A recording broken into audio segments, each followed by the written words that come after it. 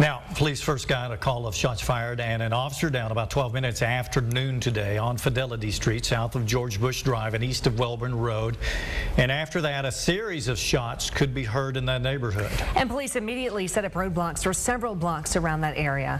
News 3's Clay Falls joins us live just a few blocks from Fidelity Street where people could hear that shooting. And Clay, you were one of the first reporters on scene and you were out on the street before even having to evacuate.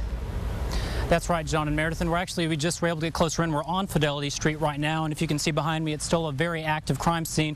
Right now, over my shoulder, we see a number of state troopers and detectives and police combing through several of the yards, apparently looking for evidence, perhaps ammunition and casings, but they've been here for the last couple of moments now, combing through here, about a dozen or so officers. For me, the most sobering part of the story was hearing all those gunshots as it happened, and now knowing the tragedy that followed. It was also shocking to be on scene talking to residents as gunfire erupted just down the street.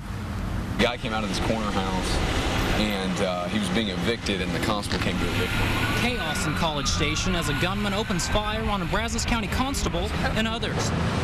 Again, some more shots.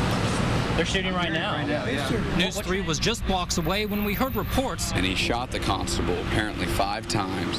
Of an officer down. From what I've heard, and he was laying down on the street dead, and the guy, the shooter, took all the constable's ammo.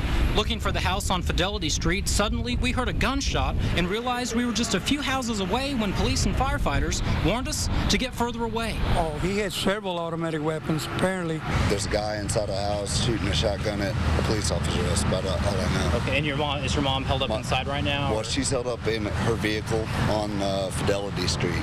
Lauren Naylor was anxious speaking with his mother, who was trapped in her car 2 houses down with a firefight in progress. Sounds like you're over in Iran, you know. We heard at least half a dozen rounds while speaking with Rafael Trujillo. 2 officers down and the perpetrator, whoever it is. Cones are still keeping the public back this afternoon, and we can see SWAT teams still monitoring the perimeter several hours after the shooting happened. Worried residents here are still wondering who the shooter was. They stormed the house. That's what I thought. And I think they've got him. Thomas McNutt lives a few houses down and heard firsthand what happened from a friend. They had a shootout across the street. Finally, they shot the shooter. Life is precious. Pretty crazy. And you can see behind me, the investigators are getting closer to us right now, checking out the grass right in front of us. Now, the investigation continues as we work to get a closer picture at who the shooter and these victims are. Reporting live in College Station, Clay Falls, News 3. All right, thanks, Clay. Now, some of the first pictures we received were from a viewer who happened to be heading home at the time the shooting started. Will Hathaway sent us these pictures from his cell phone. He tells us he was driving to his condo on Holloman West when he saw the police barricade. He thought it was a gas leak, but said as soon as he pulled into a parking lot, he heard the gunfire and started taking pictures. As you can see, officers were crouched behind their patrol cars with handguns and semi-automatic rifles as a shooting was taking place near Welborn Road. Pretty dramatic pictures, and I'm sure quite scary for those watching this shooting unfold. Now, we are learning more about Brazos County Precinct 1 Constable Bryan Bachman, who lost his life during today's shooting. Bachman served as the elected constable of Precinct 1 for 13 years. He joined the Brazos County Sheriff's Office in 1993 as a detention and booking deputy, later becoming a drill instructor at the county's boot camp. He has served in law enforcement for a total of 20 years. From 1998 to 2003, Bachman was a part of the Brazos Valley Narcotics Task Force before returning to the Sheriff's Office in 2005. Bachman is survived by his wife and 2 children. Bryan was the kind of guy that didn't deserve what happened. He did all the right things at all the right times and took care of people. Earlier today, College Station Assistant Police Chief Scott McCullum said Bachman was a pillar in this community. Well, St. Joseph Hospital in Bryan and the College Station Medical Center are treating those injured in the shooting. 5 people were taken to College Station Medical Center, 3 of those with gunshot wounds. 1 person was taken to St. Joseph Hospital.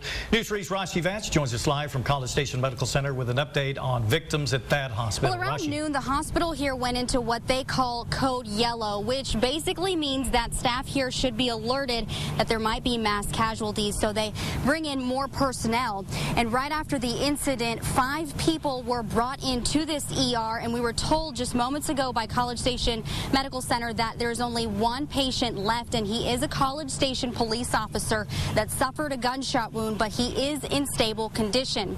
Earlier this afternoon, another patient was Constable Bryan Bachman, and he died from his injuries. Dozens of people from the community have been coming to the ER at the College Station Medical Center to visit with Bachman's family. The law enforcement community is really shaken up. Deputies and constables have been visiting as well. Bachman was an 18-year veteran at the Brazos County Sheriff's Office. Sheriff Chris Kirk was at the hospital, and he was still very much in shock. His loss is really devastating for our family, and it's just stunning to know that a day for the community here. Sheriff Kirk says that he wanted Bachman to take over for him as sheriff once he retired. Reporting live outside of the College Station Medical Center, Rashi Vats, News 3. Okay, thanks, Rashi. Emotional day for a Definitely. lot of people.